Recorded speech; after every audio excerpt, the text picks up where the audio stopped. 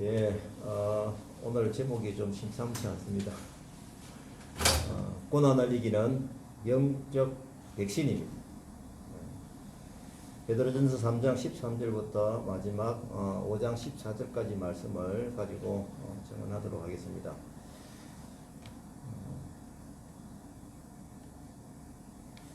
오늘 제가 이 말씀을 전체적으로 쭉 살펴보니까 베드로전서 3장 13절부터 마지막 5장까지 키워드가 보니까 고난이에요. 그냥 전체적으로 3장, 4장, 5장이 이렇게 분리되지 아니하고 그냥 한 장으로만 편집해도 될 만큼 거의 같은 내용이었습니다. 제가 말씀을 그래서 좀 살펴보니까 베드로 당시 때에 아시는 대로 그 로마의 폭정이었죠. 특히 기독교의 탄압이 굉장히 셌습니다. 그런 부분들이 이 말씀 속에서 베드로가 피부로 느끼는 어떤 그 고난에 대한 그 말씀이라는 것을 크게 느껴졌습니다. 또한 이 기독신앙의 탄압이 이 시대에도 차츰차츰 찬바람으로 불어오고 있다라는 것을 동시에 저는 느껴집니다. 중요한 것은 이 기울기가 종말 때 예언해 주신 그 고난의 기울기처럼 같은 기울기로 다가오고 있다라는 것입니다. 그래서 오늘 말씀에서 제가 고난을 대처하는 성경적인 방법을 베드로 시대 때의 그 먼 얘기로만 볼 것이 아니고 지금 이 시대에서도 믿음으로 받아들여져야 될 말씀으로 믿고 아멘 하며 따라가십시다. 저는 이 아멘의 믿음을 오늘 제가 주제로 삼았던 고난을 이기는 영적 백신이라고 깨닫습니다. 먼저 베드로전서 3장 13절부터 22절 말씀 제가 굵은 것이지로 읽겠습니다. 오늘 주제를 생각하시면서 말씀을 들어보시겠습니다. 또 너희가 열심으로 선을 행하면 누가 너희를 해하리요 의를 위하여 고난을 받으면 복 있는 자니 두려워하지 말고 말며 근심하지 말고 너희 마음에 그리스도를 주로 삼아 거룩하게 하고 너희 속에 있는 소망에 관한 이유를 묻는 자에게는 대답할 것을 항상 준비하되 온유와 두려움을 하고 선한 양심을 가지라. 너희의 선행을 욕하는 자들로 그 비방하는 일에 부끄러움을 당하게 하려 함이라. 선을 행함으로 고난받는 것이 하나님의 뜻이실진데 다시 제가 읽겠습니다. 선을 행함으로 고난받는 것이 하나님의 뜻일진데 악을 행함으로 고난을 받는 것보다 나으니라. 그리스도께서도 단번에 죄를 위하여 죽어서 의인으로서 불의한 자를 대신하셨으니 이는 우리를 하나님 앞으로 인도하려 하심이라. 그가 또한 영으로 가서 옥에 있는 영들에게 선포하시니라. 그들은 전에 노아의 날 방주를 준비할 동안 복종하지 아니하던 자들이라. 방주에서 물로 말미암아 구원을 얻은 자가 몇 명뿐이니 겨우 8명이라. 물은 예수 그리스도께서 부활하심으로 말미암아 이제 너희를 구원하는 편이 곧 세례라. 이는 육체의 더러운 것을 제하여 버림이 아니요 하나님을 향한 선한 양심의 강군이라. 그는 하늘에 오르사 하나님 우편에 계시니 천사들과 권세들과 능력들이 그에게 복종하느니라. 아멘. 오늘 말씀을 쭉 보시면은 오히려 역설적인 내용이 좀 나오는 것 같죠. 고난을 받는 것이 성도의 자세이다라는 겁니다. 아까 말씀드린 대로 이 당시의 고난은 엄청났습니다. 상상을 초월합니다. 그때 당시에 베드로가 이 말씀을 기록한 베드로는 순교를 했다라는 내용이 전해지고 있습니다. 그러니까 이 어려움과 고난은 상상하기 어려운 힘든 고난이죠. 이에 비하면 우리가 지금 당하는 고난은 아무것도 아닙니다. 하지만 이 작은 고난의 벽을 말씀의 힘으로 뛰어넘는 그런 어떤 능력을 키워야 큰 고난을 이길 수 있는 힘이 생기는 것입니다. 저는 이것을 영적 근육이다라고 생각을 합니다. 사실 운동을 하나도 하지 않던 사람이 갑자기 큰 높은 산을 등산을 하게 되면은 분명히 트러블이 생깁니다. 평소에 이 근육을 키워놓지 않아서 그렇기 때문이죠. 사실 현재 우리나라에 지금 작은 고난이 왔습니다. 제가 사실 보면은 큰 고난인데 오늘 말씀해 주는 그 고난을 생각해 보니까 작은 고난이에요. 코로나 사태로 인해 가지고 국가에서 여러 가지 힘들어하고 있습니다. 백성들이 힘들어하고 있습니다. 또한 더불어서 어떤 것이 진행되는가라고 하니까 신앙생활의 자유를 과잉으로 제한한 일이 벌어서 생겼습니다. 이 부분이 제가 말하는 기울기입니다. 차츰 사회주의적인 제한을 받게 될 것으로 보인다라고 예측을 하시는 분들이 많이 있습니다. 그래서 우리는 지금 이때에 이 큰 고난의 과정, 기울기를 생각하면서 기도의 힘을 모아야 될 때인가 그렇게 생각을 합니다. 그래서 우리가 기도하면 성령님께서 지혜를 주시고 힘을 주시고 우리의 영적 능력이 강해진다라는 것입니다. 그래서 이 지혜로 변화의 물길에서 새로운 교회론의 전통을 만들어 가야 될 오히려 그 귀한 때인가라는 생각을 해봅니다. 저는 이 말씀을 준비하면서 이전에 침대신학교 교수이신 이현모 교수님께서 하신 말씀이 기억이 납니다. 코로나 사태를 통해서 앞으로의 세상이 어떻게 바뀔 것인가 라는 그 강의였죠. 그 내용 중에서 코로나 이후 앞으로 세계는 둘 중에 하나가 될 것이다 라고 합니다. 하나는 감시 전체주의라고 합니다. 그것이 중국처럼 지금 전 국민을 감시하고 정부의 권력이 커지면서 통제하고 있는 그런 과정에서 교회가 무너지고 있습니다. 또한 어떤 사회냐라고 하면은 개인의 책임감이 강조되는 시민 글로벌주의 이렇게 되든지 둘 중에 하나라는 겁니다. 어느 하나 쪽으로 움직인다고 하는 것인데 감시 전체주의로 가게 되면은 선교의 문이 닫힙니다. 중국이 그렇잖아요. 시민 글로벌 시대 연대주의로 가게 되면은 이런 신앙의 자유함이 회복이 되고 선교의 문은 계속적으로 열릴 것이다 라는 것입니다.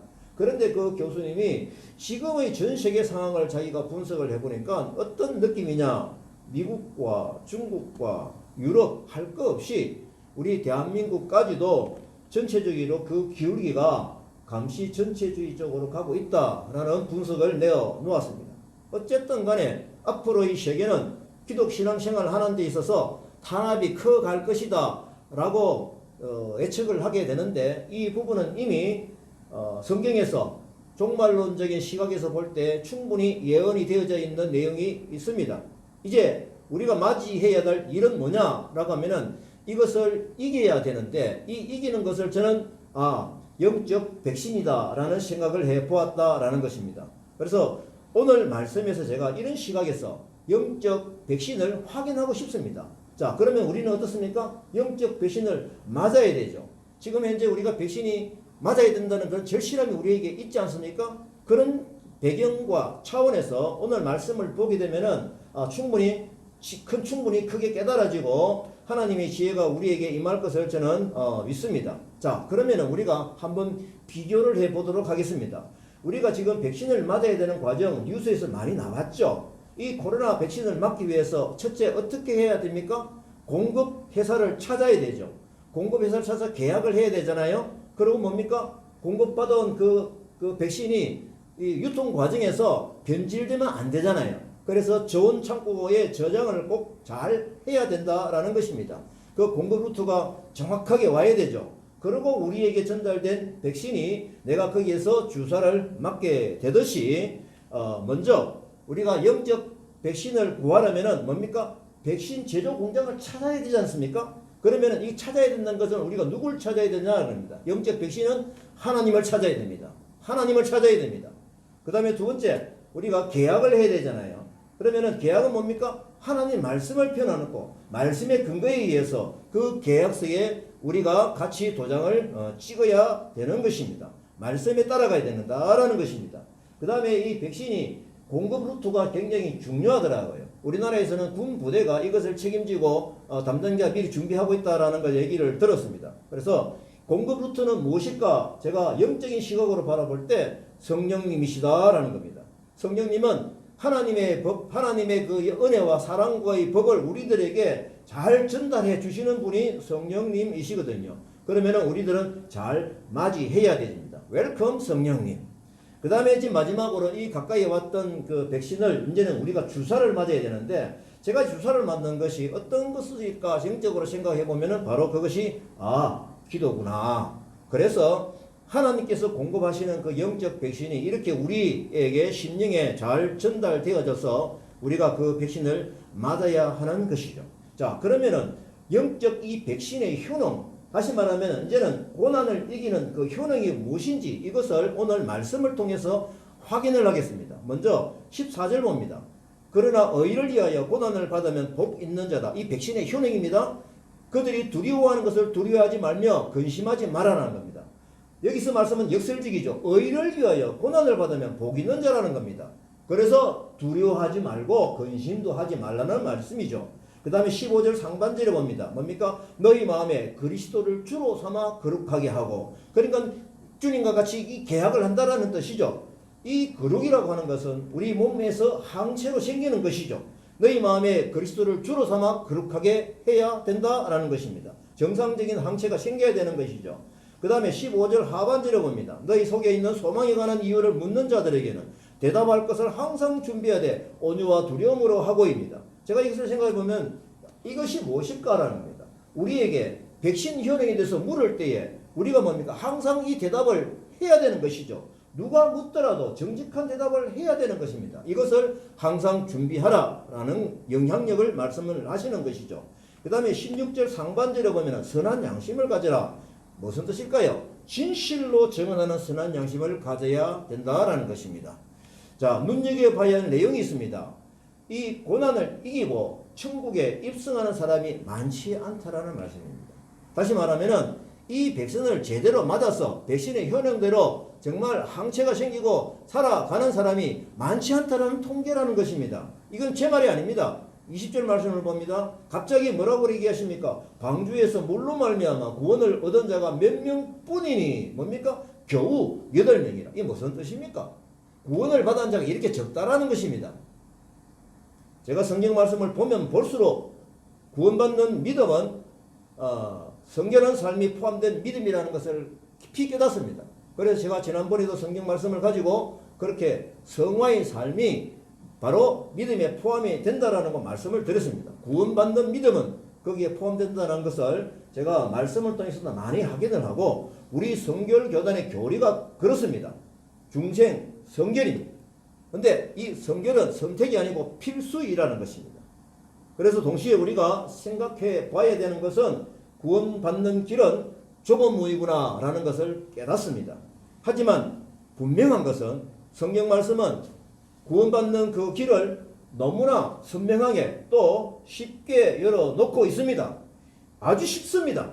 좁은 길로만 찾아가면은 그것을 볼 수가 있다라는 겁니다. 우리 성도님들 영적 배신을 잘 접종해서 우리 모두 천국 가십시다. 아멘입니까? 예, 아멘입니다. 자, 이제 베드로전서 4장 1절부터 11절까지 말씀을 가지고 하겠습니다. 고난을 이기는 힘과 사랑하는 힘입니다. 그리스도께서 이미 육체의 고난을 받으셨으니 너희도 같은 마음으로 갑옷을 삼아라. 이는 육체의 고난을 받은 자는 죄를 그쳤음이라. 이걸 딱 보면은 예수님이 이 길을 걸어가셨구나 라는 것을 지금 말씀을 하시는 것이죠. 그 후로는 다른 사람의 정욕을 따르지 않고 하나님의 뜻을 따라 육체의 남은 때를 살게 하려 함이라. 너희가 음란과 정욕과 술취함과 방탕과 향락과 무법한 우상 숭배를 하여 이방인의 뜻을 따라 행한 것은 지나간 때로 족하도다. 이를 위하여 죽은 자들에게도 복음이 전파되었으니 이는 육체로는 사람으로만 심판을 받으나 영으로는 하나님을 따라 살게 하려 함이라. 만물이 마지막에 가까웠으니 그러므로 너희는 정신을 차리고 근신하여 기도하라. 종말의 때를 이기게 하시는 겁니다. 무엇보다도 뜨겁게 서로 사랑할지니 사랑은 허다한 죄를 덮느니라. 서로 대접하기를 원망 없이 하고 각각 은사를 받은 대로 선한 청지기 같이 서로 봉사하라. 만일 누가 말하려면 하나님의 말씀을 하는 것 같이 하고 누가 봉사하려면 하나님이 공급하시는 힘으로 하는 것 같이 하라. 이는 범사에 예수 그리스도로 말미암아 하나님이 영광을 받으시게 하려 하매니 그에게 영광과 권능이 세세 무궁토록 있느니라. 아멘.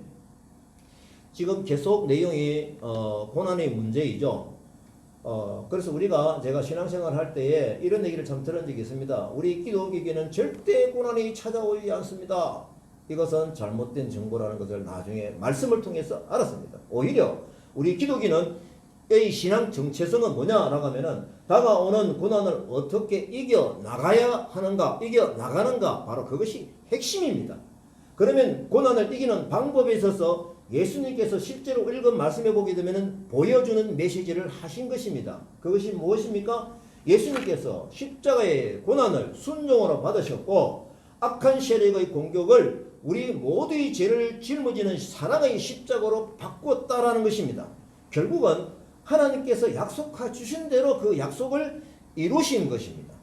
또한 죽음의 권세를 이기고 부활하심으로 우리에게 산 소망을 주셨습니다. 그래서 우리가 지금 새하늘과 새 땅이 열리는 그런 소망을 가지고 이 땅을 현재 어려운 고난을 이기다는 힘으로 살아가는 것이죠. 그래서 고난을 산 소망으로 바꾸어 주신 예수님의 방법을 지금 말씀에서 소개를 하고 있습니다. 자, 이 방법이 성경 말씀의 핵심 진리입니다. 핵심 중에 핵심되는 말씀이 오늘 여기에 소개되고 있는 것입니다. 그래서 베드로 사도는 이 방법대로 우리에게 닥쳐오는 그 고난을 이겨 나가자라는 메시지를 주는 것입니다. 자, 상징적으로 어떻게 표현을 했습니까? 마음으로 갑옷을 입으라고 합니다. 갑옷은 무엇입니까? 악한 공격에서 보호하는 수비의 장비죠. 창이 몸 안으로 들어오지 못하게 하도록 장비입니다. 이 갑옷은 뭐냐면은 나를 위해서 피 흘리신 예수님의 고난을 묵상하며 이겨나가라는 것입니다. 그것이 갑옷이라는 것이죠. 중요한 것은 베드로 당시 때의 고난의 강도와 비교는 할 수 없지만은 이 영적인 고난이든 육체의 고난이 포함된 영적인 고난이든 우리의 삶을 통해서 계속적으로 접근해 오고 있다는 것입니다. 그러나 우리는 이 갑옷을 항상 입고 있으면은 이런 고난에 대처하는 굉장히 좋은 백신이 된다라는 것입니다. 제가 말씀을 준비하다가 그 성경에서 이 갑옷이라는 부분들을 한번 검색하고 싶어서 제가 단어 검색을 해봤습니다. 해보니까 이 갑옷이 구약 성경에는 주로 전쟁터에서 실제 갑옷을 입고 싸우는 그 갑옷 단어가 나왔는데 오늘 말씀에 연결되는 이미지를 부여한 갑옷은 딱 두 군데에 있습니다. 그 두 군데 다가 이사야하고 지금 로마서 13장 말씀인데 똑같은 오늘이 말씀하고 똑같더라고요. 제가 읽어보겠습니다. 이사야 59장 17절 말씀입니다.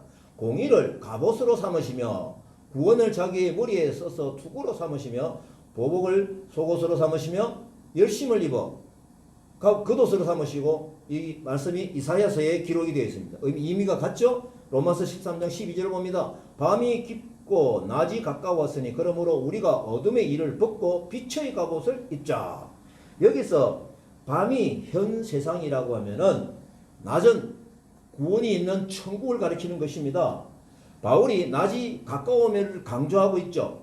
자, 그러면은 어디를 향하가 있는지를 우리가 주목해서 봐야 되는데 이것이 바로 기울기라는 것입니다. 그리고 이 어둠의 악한 세력으로 빛을 선한 세력으로 대비시켰다라는 것입니다.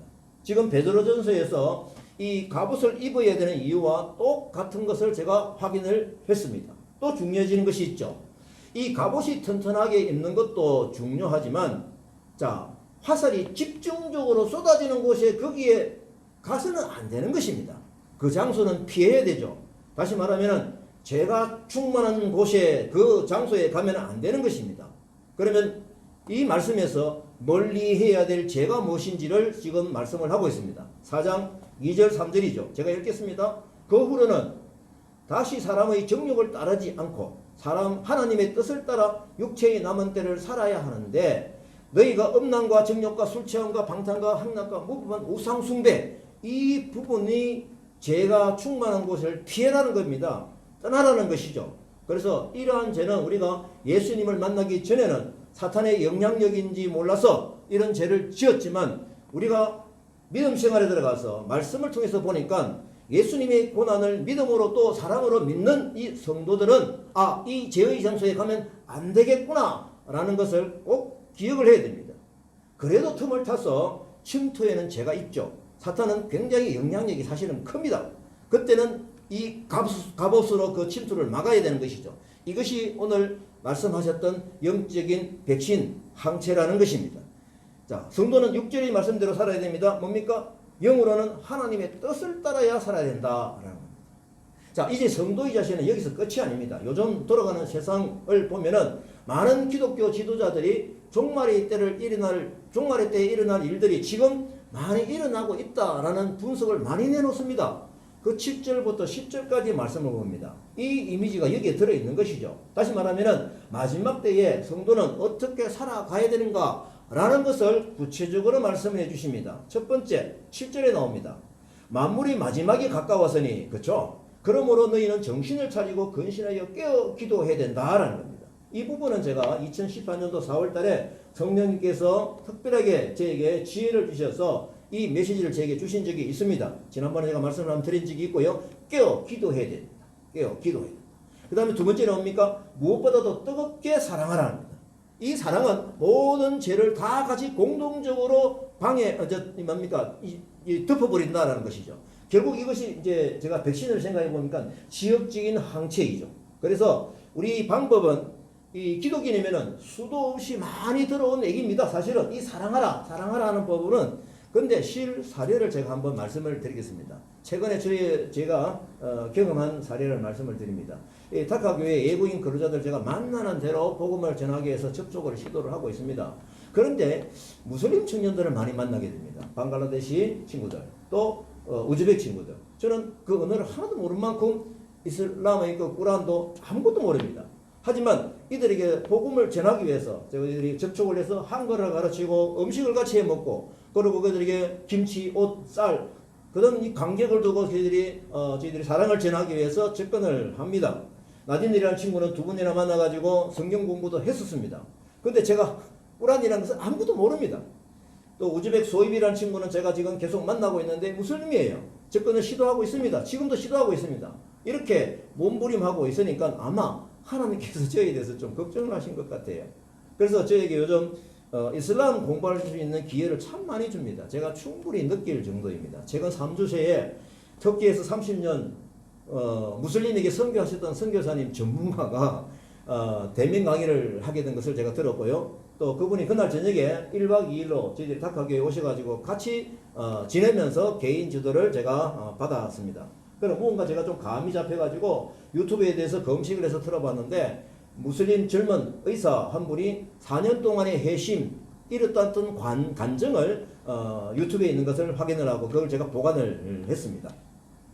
무기로 가지고 있겠다라는 것이죠. 약 3개월 전에 또 우즈벡 목사님과 선교사님이 다카교회 일부러 좀 찾아오셨어요. 일부러 찾아오셨어요. 1박을 같이 했습니다. 우즈벡 목사님이십니다.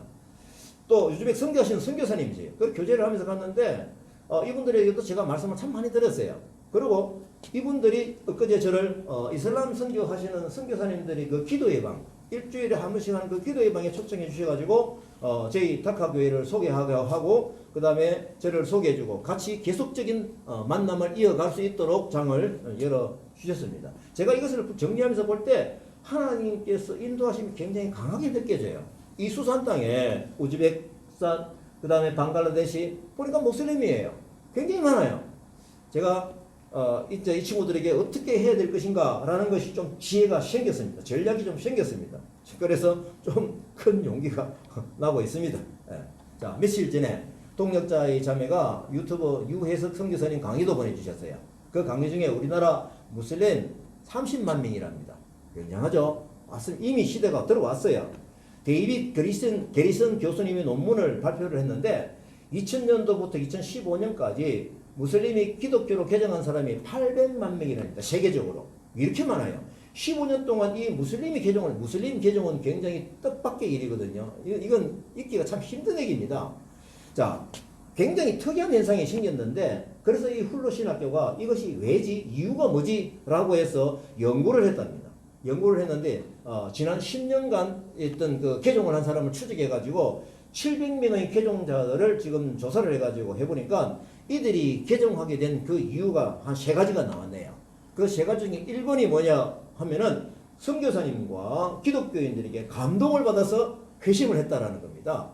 또 있습니다. 두 번째는 초과학적인 역사인데요. 이들에게 꿈에서 예수님을 만나게, 이거는 제가 간접으로 들은 적이 있거든요. 꿈에 예수님을 만나가지고 교회를 가게 하고, 지난번에 제 미랑 성경에 있을 때도 어떤 무슬림이 갑자기 와가지고 꿈에 이 교회를 찾아가려고 왔다는 얘기 들었습니다. 예. 자, 어떻게나 그들이 초자연적인 병고침의 기적도 일어나는 여러 가지 상황으로 그들이 회심을 하게 되었다라는 통계가 두 번째로 나올까요? 그 다음에 세 번째는 뭐냐면은 이슬람에 대한 회의입니다.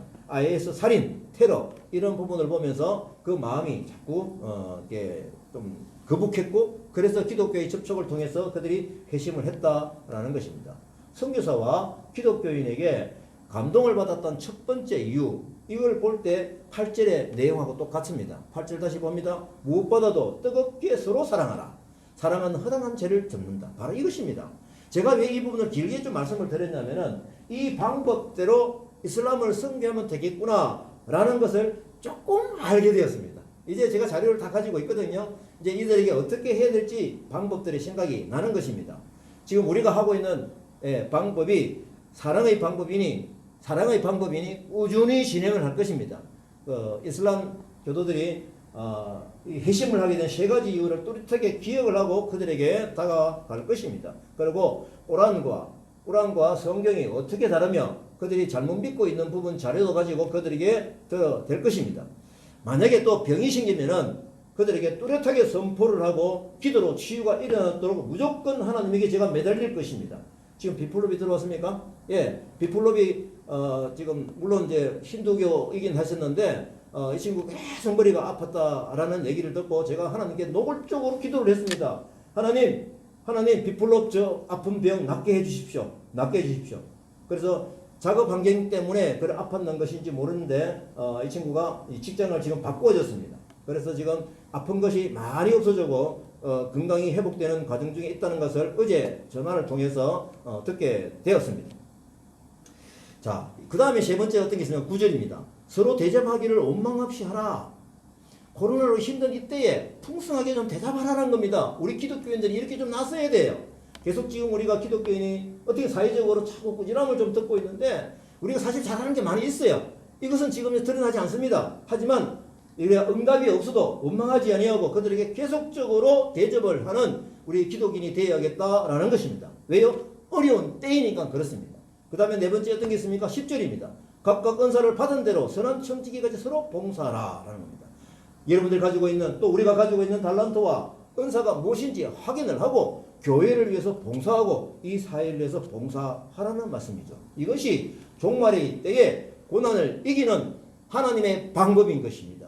또 잊지 말아야 할 것이 있습니다. 서로 사랑하고 대접하고 봉사를 말할 때에 성령님이 공급해 주시는 힘으로 해라 라는 것입니다. 이것이 굉장히 중요합니다. 그래서 11절 말씀입니다. 제가 읽겠습니다. 만일 누가 말하려면 하나님의 말씀을 하는 것 같이 하고 무슨 같이 하고 하나님의 말씀을 하는 것 같이 하라는 겁니다. 또 누가 봉사하려면 어떻게 한다? 하나님이 공급하시는 힘으로 하는 것 같이 하라는 겁니다. 이는 범사에 예수 그리스도로 말미암아 하나님이 영광을 받으시게 하려 함이니 그에게 영광과 권능이 세세에 무궁하도록 있느니라. 아멘. 결국은 우리가 섬기고 봉사하고 하더라도 하나님의 힘과 하나님의 방법을 내세우지 아니하면은 결국은 자기 의가 드러나고 자기를 자랑하게 되고 사탄의 꾀임에 빠져가지고 다시 잘못된 길로 가게 되는 그런 우를 범하게 된다라는 것입니다. 그래서 11절 말씀으로 저희들이 주시는 것이죠. 이렇게 해야 하나님께 영광이 되는 삶이 되는 것입니다. 우리가 이 땅에 살아가면서 하나님의 영광을 위해 살아가야 되는 그런 책임감이 있잖아요. 그죠? 그런 마음들이 있지 않습니까? 자, 이제 정리합니다. 제가 침투하지 못하도록 의의 갑옷을 입으십시다. 그리고 진리의 말씀으로 무장하십시다. 그리고 제가 쏟아지는 곳에는 가지 마십시다. 제가 날아가다가 어쩔 수 똥을 싸가지고 어쩔 수 내 머리에 떨어진 건 어쩔 수가 없죠. 하지만 내 머리 위에 둥지를 터서 제가 똥을 싸며 그들에게 오줌을 싸며 하기에 내 머리에 들 수는 없지 않습니까? 그리고 저는 다문화 가정에 또 외국인 거주자들을 섬길 때 말씀의 힘으로 성령의 힘으로 섬기자라는 마음의 각오를 제가 하게 됩니다. 그래서 이렇게 무장을 하게 되면은 어떠한 시험이 와도 웰컴할 수가 있다라는 것입니다. 그 다음에 베드로 4장 12절에서 19절 말씀인데요. 연단을 이기는 방법입니다. 지금 칼라가 계속 갔죠? 예, 연단을 이기는 방법. 제가 이거는 읽지 않고 성경 말씀을 보십시오. 말씀에 따라가겠습니다. 자, 우리에게 닥쳐오는 고난이 베드로 사도의 고난만큼 크겠습니까? 나를 위해 순종으로 십자가를 지신 예수님의 고난만큼이겠습니까? 우리에게 닥쳐온 고난을 이를 악물고 견디는 것이 아닙니다. 오늘 주신 말씀대로 이기는 방법을 제가 다시 정리를 해봅니다. 13절입니다. 그리스도의 고난에 참여하는 것을 즐거워하라고 했습니다. 14절입니다. 우리가 그리스도의 이름으로 치욕을 당하면 복 있는 자가 되고 하나님의 영이 우리 위에 계신다고 약속해 주셨습니다. 16절입니다. 만일 우리가 크리스찬이기 때문에 고난을 받으면 부끄러워하지 말고 도리어 그 이름으로 하나님께 영광을 돌립시다입니다. 18절 19절 말씀입니다. 서서히 요즘 시대가 사회적으로 심판을 할 때가 시작이 된 것 같아요. 그래서 하나님의 뜻대로 고난을 받는 자가 되어 선을 행함으로 창조주 하나님께 의지하십시다. 이 방법이 오늘 주셨던 매뉴얼입니다. 자, 베드로전서 5장 1절부터 9절까지입니다. 이제 장로에게, 성도에게입니다. 제가 읽어봅니다. 이 내용은 어렵지 않습니다. 너희 중 장로들에게 고난하노니 나는 함께 장로된 자요 예수 그리스도의 고난의 정인이요 나타날 영광에 참여한 자냐. 너희 중에 있는 하나님의 양무리를 치되 억지로 하지 말고 하나님의 뜻을 따라 자원함으로 하며 더러운 이덕을 위하여 하지 말고 기꺼이 하며 맡은 자들에게 주장하는 자세를 하지 말고 양무리의 본이 되어라. 그리하면 목자장이 나타나실 때에 시들지 아니하는 영광의 관을 얻으리라. 젊은 자들아 이와 같이 장로들에게 순종하고 다 서로 겸손으로 허리를 동이라. 그러므로 겸손하라. 너희 염려를 다 주께 맡겨라. 근신하라. 깨어라. 너희 대적마귀가 우는 사자같이 두루다니며 삼킬 자를 찾나니 너희는 믿음을 굳건하게 하여 그를 대적하라. 자, 지금 5장 1절부터 쭉 하게 되면 너희 장로들에게 권한다 라고 했죠. 여러 계층의 사람들이 있죠. 오늘 말씀 베드로전서 쭉 진행이 된 거 보면은요, 누가 누구에게 말씀하신 게 다 있습니다.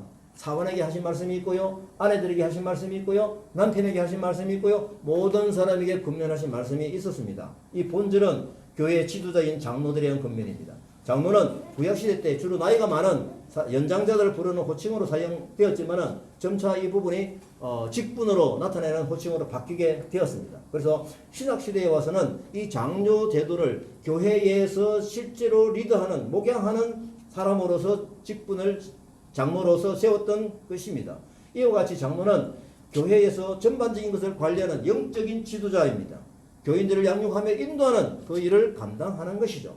따라서 베드로 사도가 표현한 이 장로된 자는 요즘에 그 목사직에 좀 가깝구나라는 것입니다. 자, 그는 자신이 장로적인 리더십으로 직접 그리스도의 고난을 목격한 정인의 입장에서 근거를 합니다. 이 근거하는 내용이 뭡니까? 하나님의 양무리를 치되 어떻게 하라고요? 하나님의 뜻을 따라 자원함으로 하라고 하십니다. 그 다음에 어떤 것이 있습니까? 더러운 이덕을 위하여 하지 마라. 다시 말하면 돈을 벌기 위한 목적을 하지 말라는 겁니다. 그 다음 맡은 자들에게 주장하는 자세를 하지 마라. 양무리의 본이 되어라 라는 것입니다. 자, 이제 이렇게 되면 목자장이 나타나실 때에 시들지 아니하는 영광의 관을 얻으리라. 이 상이 저희들에게 주어지는 것이죠. 자, 이제 호칭을 씀에 있어서 주의할 것이 있습니다. 목자는 예수님입니다. 목사와 장로를 포함한 모든 성도는 목자이신 예수님의 어린 양이라는 겁니다. 예수님의 양인 겁니다. 이것을 우리가 확인을 해야 됩니다. 왜냐하면 이 말씀 중에 장로에게 뭐라 했습니까? 양무리의 본이 되어라 라고 했거든요. 다시 말하면 목사라든지 그 다음에 장로직 모든 리더는 양이던데 양 중에서 무리의 본이 되는 것입니다. 말씀대로 살아가는 그 선행을 보여야 한다는 것이죠. 이러한 전제를 우리는 새겨 들어야 됩니다. 먼저 예수님께서 외국인 근로자들과 또 다문화 가정들 이 부분들을 같이 이게 양육하고 하나님의 말씀을 서로 나누고 돌보고 하는 이런 인도하는 사명을 저희에게 주셨음을 알게 됩니다. 먼저 저를 포함한 이 분들이 예수님의 양이라는 전제를 가지고 본을 보여 이들에게 사랑을 하게 될 것입니다. 양무리 중에 저를 선교사의 직분으로 선택을 해주셨으니까 저에게 맡기신 그런 부분들을 충분히 기억을 하고 따라갈 것입니다. 개인적으로는 영광이 큽니다. 감사합니다. 저에게 하나님께서 맡겨주셨으니 그렇습니다. 저는 자원함으로 더러운 이득을 이해하지 아니하고 기꺼이 하며 양무리의 본이 되라 하는 말씀을 꼭 기억을 할 것입니다. 이제 마지막으로 성도들에게 주시는 금고입니다. 5절부터 9절까지입니다. 성도들에게 주시는 목회자에게 뭡니까? 순복하는 것이 하나님의 마땅한 질서라고 합니다. 어떻게 합니까? 첫 번째, 그러므로 겸손하라. 때가 되면 너희를 높이리라. 적는 장로들에게 겸손해야 되는 이유는 교만한 자는 하나님이 대적하시고 겸손한 자들에게는 하나님께서 은혜를 주시기 때문에 그렇습니다. 자, 그 다음 두 번째 뭡니까? 너희 염려를 다 주께 맡기라. 이는 그가 너희를 돌보심이라. 악한 자들로부터 핍박뿐 아니라 내면에 있는 여러 걱정이나 고민, 염려 등을 누구에게 맡겨라? 예수 그리스도에게 맡겨라 하는 것입니다. 그 다음에 뭡니까? 근신하여 깨어라. 왜 그렇습니까? 대적마귀가 우는 사자같이 두루다니며 삼킬 자를 찾는다고 합니다. 잠에서 깨어있는 상태뿐 아니라 영적인 경각심을 가지고 있어야 되는 것입니다. 자, 너희는 믿음을 굳건하게 하고 그를 대적하라. 이는 세상에 있는 너희 형제들도 동일한 고난을 당한 줄 알미라. 이 말씀은 뭡니까? 믿음은 그리스도를 서로 하였을 때 굳건히 설 수 있습니다. 이 굳건한 믿음으로 마귀를 사단을 강력하게 대적할 수가 있다라는 것입니다. 그래서 야고보서 4장 10절 말씀을 주셨어요. 그런즉 너희는 하나님께 복종할지어다. 마귀를 대적하라. 그리하면 너희를 피하리라. 하나님께 복종하면서 마귀를 대적하는 겁니다. 그렇게 되면은 그 마귀는 피한다고 했습니다. 그래서 이 베드로의 말씀대로 죽음이 위협했어도 그리스도를 부인하지 아니하고 죽기를 각오하고 적극적으로 싸워라 라고 하는 그런 의미가 여기에 들어있는 것이죠. 이제 마지막으로 이제 베드로전서 5장 10절부터 14절 말씀을 봅니다. 제가 소제목을 고난을 소망의 확신하라 이겨나가자라고 했습니다. 이 말씀을 보면서 읽지는 않겠습니다. 지금까지 살펴보신 대로 베드로전서 말씀에 고난과 권면에 대한 말씀이 있습니다. 지금 말씀을 지금 보면서 보십시오. 제가 좀 읽어볼게요. 모든 은혜의 하나님 곧 그리스도 안에서 너희를 부르사 자기의 영원한 영광에 들어가 계신 이가 잠깐 고난을 당한 너희를 친히 온전하게 하시며 굳건하게 강하게 털을 견고하게 하시니라. 내가 너희에게 하나님의 참된 은혜임을 증언하노니 너희는 이 은혜에 굳게 서라. 바벨론에 있는 교회가 너희에게 문안하고 내 아들 마가도 그리하리라. 너희는 사랑의 입맞춤으로 서로 문안하라. 그리스도 안에 있는 너희 모든 이에게 평강이 있을지어다. 이렇게 해서 베드로전서가 끝나게 됩니다. 자, 아까 말씀드린 대로 1세기 때에는 사실은 이 믿음을 지키기 위해 살아가다가 죽음의 경계선을 왔다 갔다 하는 그 로마의 폭정 시대였죠. 그래서 예수님의 제자들이 모두 순교했다는 얘기를 들어보면은 그 당시에 어떤 어려움이 있는지 우리가 잘 알게 됩니다. 자, 고난의 정점이 뭡니까? 순교입니다. 순교를 감당할 수 있음을 충분히 준비하기 위해서 이 말씀을 베드로는 기록을 한 것이죠. 하지만 우리가 지금 현재 고난을 당하지 않는다고 그러면 이 말씀이 굉장히 밋밋하게 들릴 겁니다.